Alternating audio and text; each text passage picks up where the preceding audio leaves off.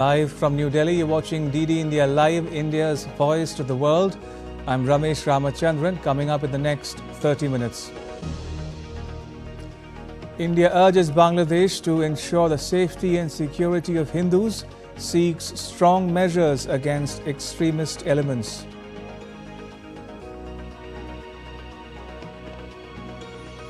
European leaders attending a summit in Hungary hope to work with US President-elect Donald Trump on security and other transatlantic issues. And Germany's President Frank-Walter Steinmeier says he is prepared to dissolve the country's parliament and pave the way for snap election.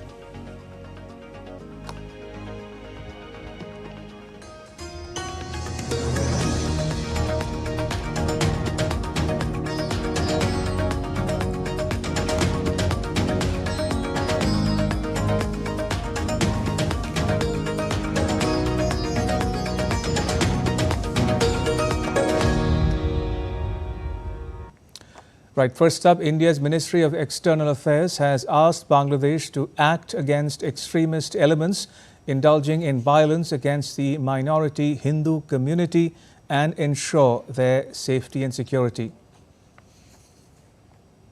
We have observed that there have been recent attacks on Hindu community in Chittagong. Their properties have been looted, their business establishments have been looted. And these happened following incendiary posts on social media targeting Hindu religious organizations.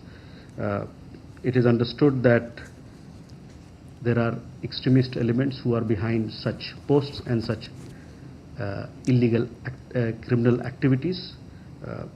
This is bound to create further tensions in the community. We yet again urge the government of Bangladesh to take strong measures to ensure the safety of Hindus and to take action against extremist elements. And India condemned an attack on a Hindu place of worship in the city of Brampton in Canada and urged that country's government to uphold rule of law. We condemned the attack on the temple in Brampton, and we also called upon the Canadian government to uphold rule of law and to bring to justice people who perpetrated the violence. We hope that the Canadian government will take due action. Meanwhile, India cancelled a consular camp in Toronto over security issues.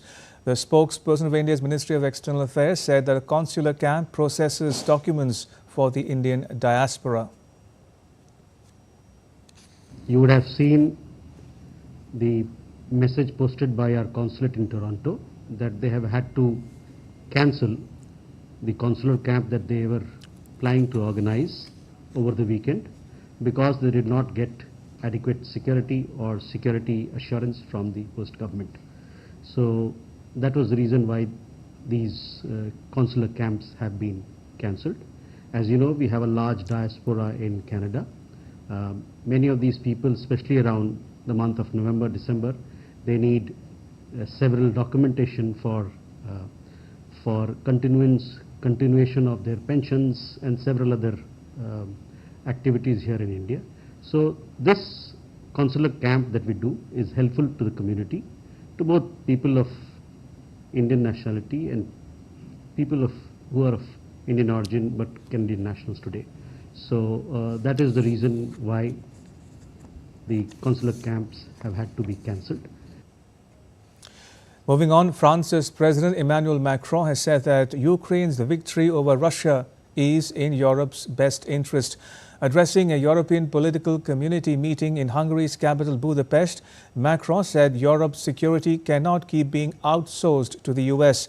At the meeting, European leaders sought to urge US President-elect Donald Trump to avoid a trade war, continue US support to Ukraine and not unsettle the global order. La paix, Volodymyr vient de le dire, There has been a strategic awakening among us Europeans, and we must embrace it. We cannot delegate our security to Americans forever.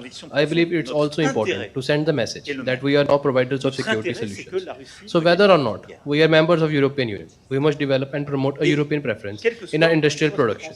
This means making choices, supporting NATO, interoperability also, but recognizing that our agendas will not always align with those of our allies. This does not undermine our alliances, but rather affirms that we too have security solutions to offer, especially for our neighborhood, currently on our eastern flank and possibly tomorrow on the southern flank or beyond. The European leaders said that they would work with an incoming Trump government on transatlantic issues and security despite political differences. European Commission Chief Ursula von der Leyen, who attended the meeting of over 50 European leaders in Hungary's capital, said that their previous experiences of working with Trump would offer a base to build on their ties. For his part, Norway's Prime Minister made a similar statement calling for addressing large political issues. So we will be working with the new Trump administration in a good manner and look at what is ahead of us. I have some experience to working with President Trump from his former mandate, so there's something to build on. And I think very important is that we analyze together what our shared interests are and work with that. Well, that's a dialogue we have to start right away, and we do. I believe that now Ukraine, when there are soldiers from North Korea in Russia on the way to Ukraine, there is Iran involved, China involved. This is dead serious for Ukraine, but it is also a large political issue that the US has to address fully. And I think it's something we have to work with the US to say that this is really affecting our values, and we have to cooperate on it. And that's a critical issue. NATO Secretary General Mark Rutte has said that the strengthening ties between Russia and North Korea are not only a threat to European security, but also for the US. North Korea has become one of the strongest backers of Russia's full-time offensive in Ukraine, and that the West has long accused Pyongyang of supplying artillery shells and missiles to Moscow.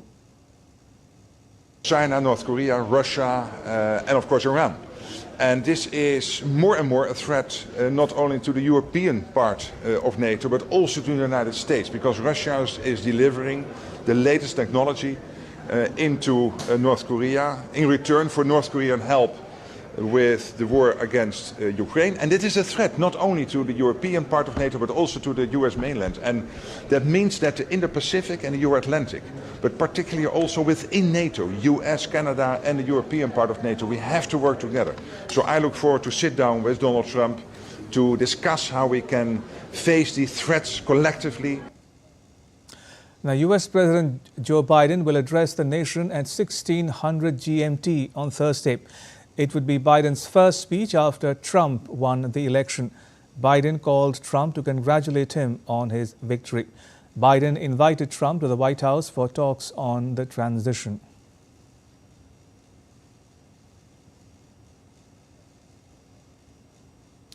Meanwhile, Kamala Harris urged her cheery supporters to continue fighting for the values they hold dear, albeit peacefully.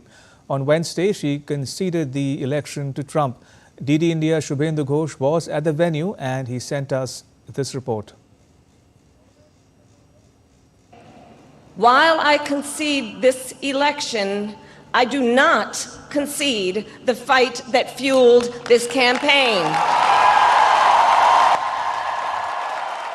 US Vice President Kamala Harris delivered a passionate concession speech to her supporters and the nation on Wednesday after a whirlwind campaign that failed to stop Republican Donald Trump's return to the White House. The outcome of this election is not what we wanted, not what we fought for, not what we voted for, but hear me when I say, the light of America's promise will always burn bright. as long as we never give up and as long as we keep fighting. Hundreds of her supporters, many teary-eyed with the election debacle, gathered at Vice President's alma mater, Howard University, to witness her final speech of the election season. Only when it is dark enough can you see the stars. I know many people feel like we are entering a dark time, but for the benefit of us all, I hope that is not the case. But here's the thing, America, if it is, let us fill the sky with the light of a brilliant, brilliant billion of stars. The light of optimism, of faith, of truth, and service.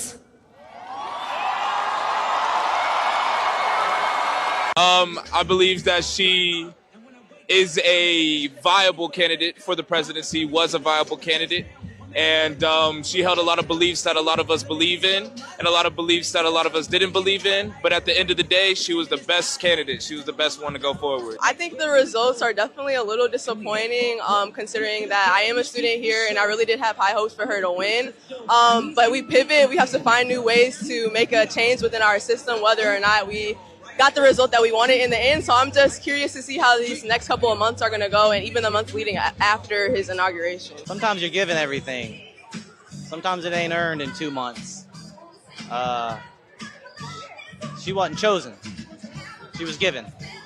Kamala Harris tried to give a good fight to Trump, having just over 100 days to campaign for the high-stakes elections. She prioritized women's reproductive rights as an issue in the elections. She was joined on stage by the second gentleman, Doug Emhoff. As Kamala Harris conceded the elections, she delivered a moving address to her supporters, asking them not to despair, urging them to unite and mobilize, and that some fights just take longer to win. With camera person Jayashankar, Shubhendu Ghosh for DT India in Washington, D.C. China's foreign ministry has called for mutual respect in its ties with the US, such that differences can be properly managed. It was responding to a question at a regular news briefing on Thursday as to whether China's President Xi Jinping had called or messaged Trump. Xi's congratulatory message to Trump was more subdued than the one given when the latter first won in 2016. A second question focused on China's response to Trump's proposed tariffs and Trump saying that Xi would not invade Taiwan. Xi Jinping has congratulated US President-elect Donald Trump. President Xi pointed out that history has shown us that cooperation between China and the United States will benefit both sides and that fighting will hurt both.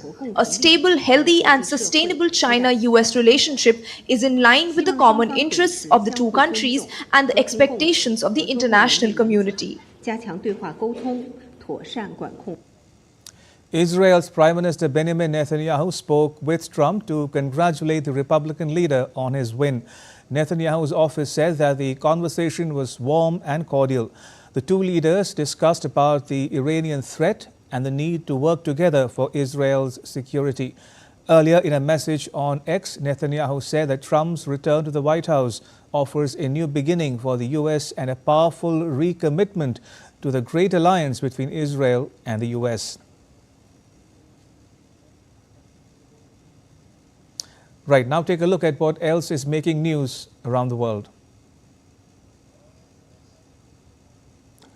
Spain has commenced work to recover from the destruction of a deadly flood that claimed at least 217 lives over the past week.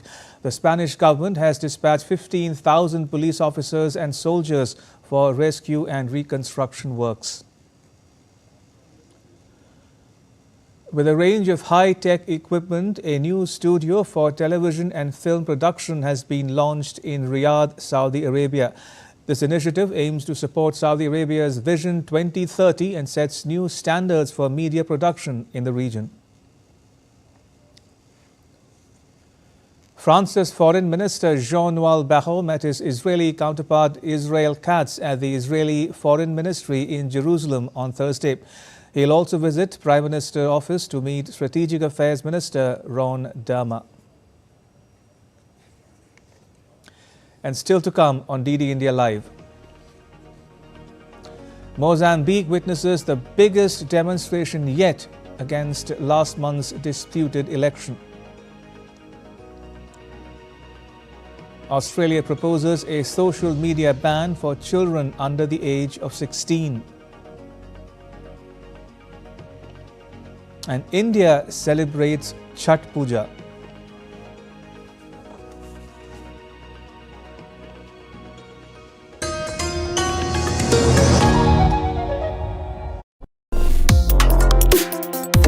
Complex issues, hidden agendas, twists and turns, strategic games.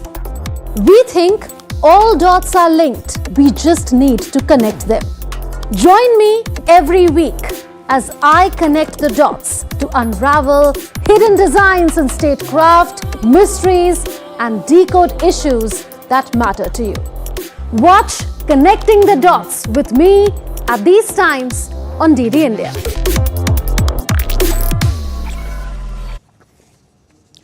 You're watching DD India Live. I'm Ramesh Ramachandran.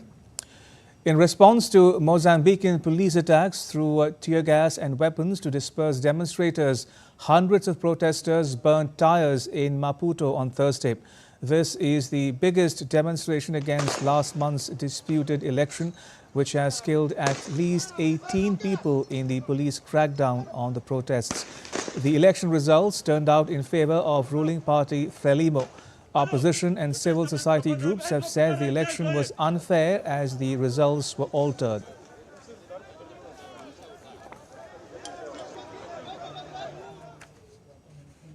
Germany's President Frank-Walter Steinmeier has said that he was ready to dissolve the country's parliament and pave the way for snap election. This comes as Chancellor Olaf Scholz's three-way coalition is on the verge of a collapse. The German president has thus warned all parties to act responsibly.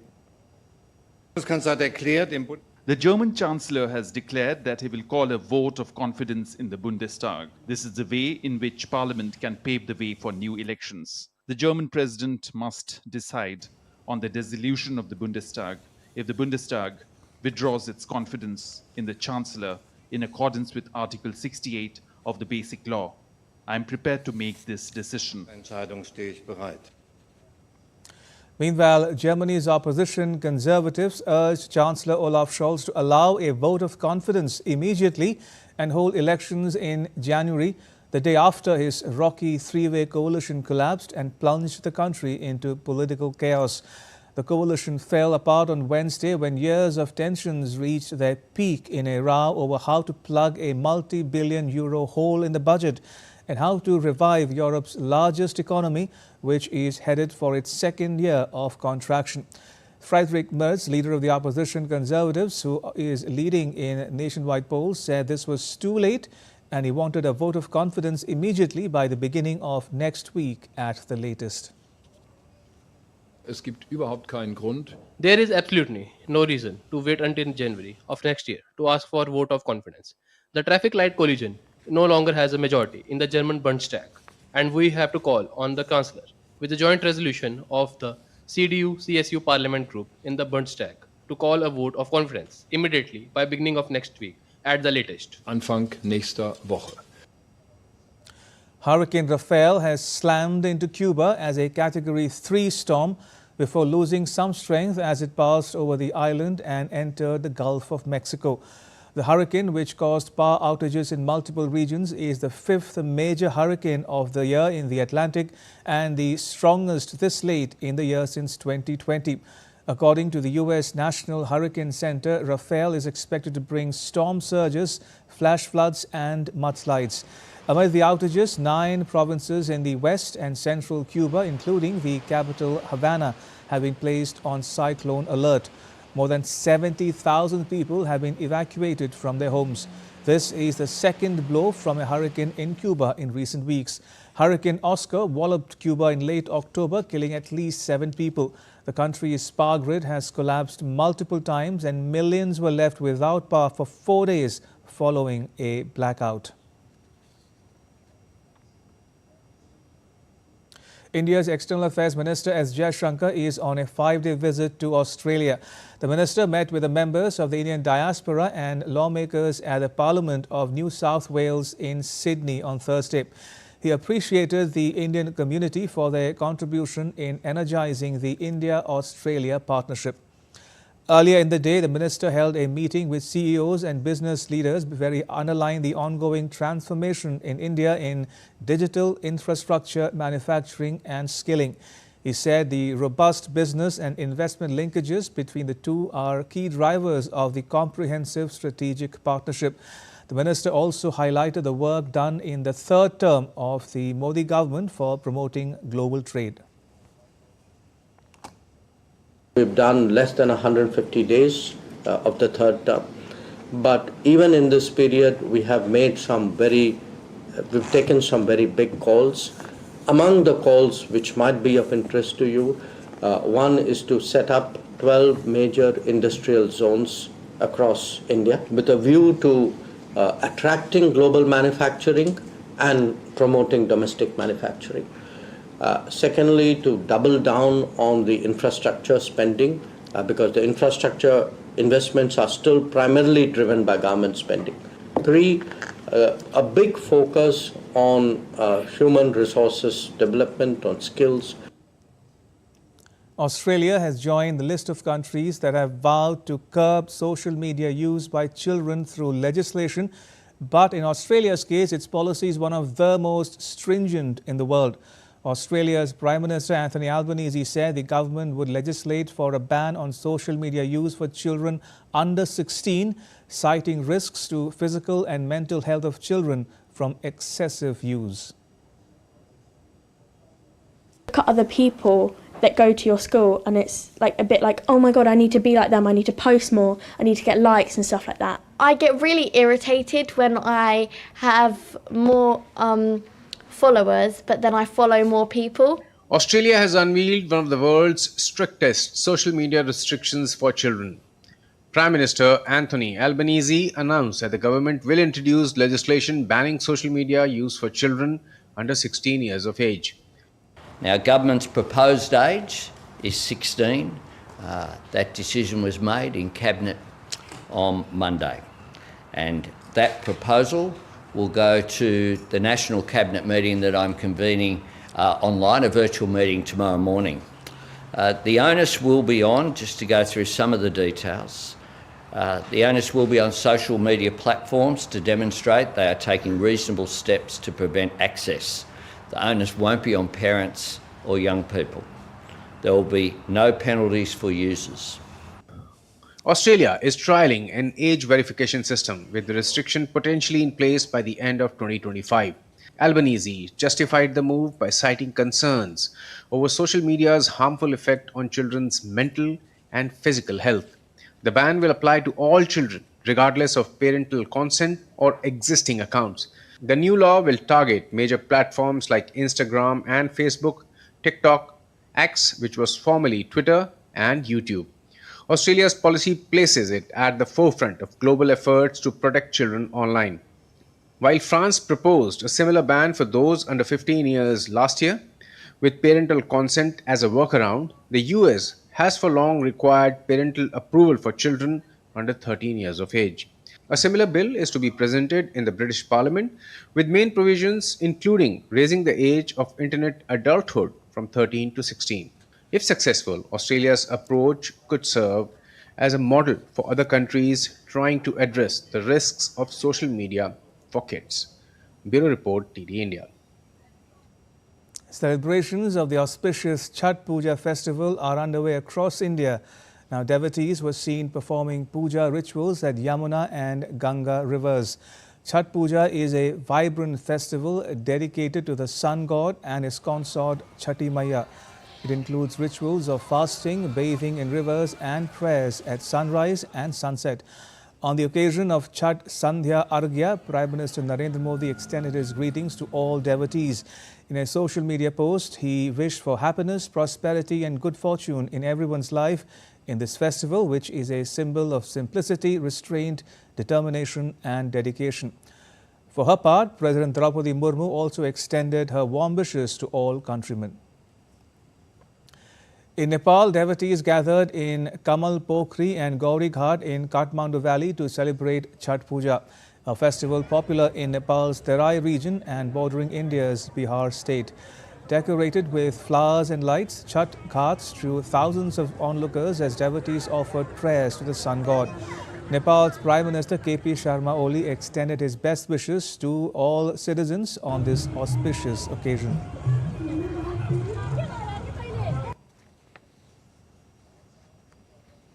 And with that, it's a wrap on this edition of DD India Live. You can get all the latest news and updates on the DD India mobile app. It's available on Android and iOS platforms. You can scan the QR code on the screen to download it. Let us know your thoughts on the news of the day. You can connect with us on Facebook, X and Instagram. You can also check out our website, ddindia.co.in. We'll be back with more news as it breaks here on DD India. I'm Ramesh Ramachandran. From all of us here in New Delhi, thanks for watching DD India Live.